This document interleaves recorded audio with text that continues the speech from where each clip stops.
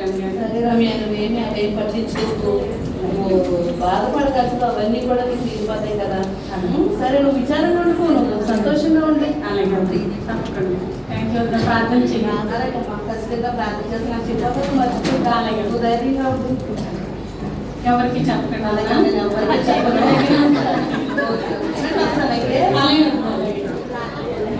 సత్య, ప్రేమక్క రాక ఎలా ఉన్నావు? బాగున్నారా? కూర్చో. ఎక్కడికి వెళ్ళొచ్చాక? అదే రమ్య పిలిచింది, ఏదో బాధగా ఉంటే ఏదో చెప్పుకోవాలని చెప్పింది, వెళ్ళి వస్తున్నాను ఇప్పుడే. సరే కూర్చోక.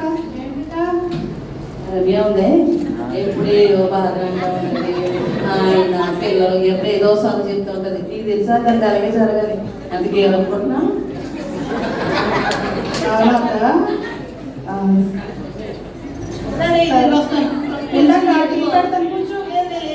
పిలిచింది, ఎక్కువసారి వస్తాను. సరే అక్క, ఎవరికి చెప్పమే, ఎవరికి చెప్పమే.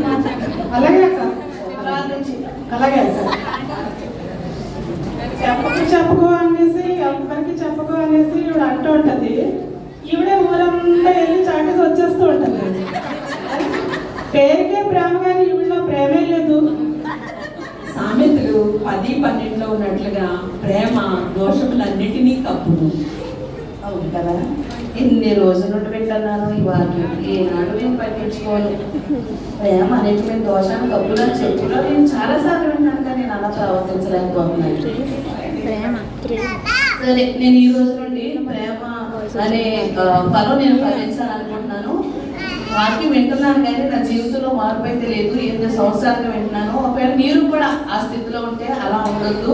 ఎవరైనా ఒక మాట చెప్పినప్పుడు దాని కొరకు ప్రార్థన చేయండి, లేదంటే మౌనంగా ఉండండి. కానీ ఇలా విషయాలు ఎవరి దగ్గర చెప్పడం మంచిది కాదు. Praise the lord.